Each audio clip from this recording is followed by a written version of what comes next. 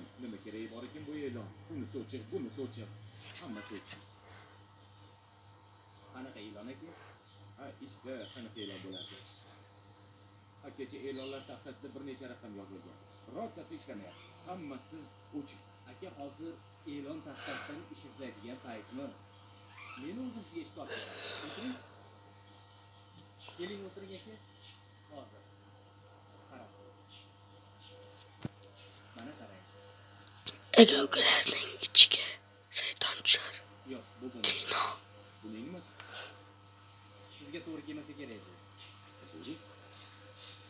Hozir 21-asr aka, internet asri bo'lsa, o'zimizda bir nechta ilovalar, saytlar bor. Hatto mehnat bilan band qilish agentligining sayti ham bor. Xo'sh, har qanday ma'lumotni olsak ham bo'ladi. Ish haqini ko'rib tursak ham bo'ladi aka. Ha? Hammasi aka. Bunday saytlardan biri mana o'likdan ko'rsa bo'ladi. Bu bandlik agentligining rasmiy sayti bo'ladi. Xo'sh, hozir.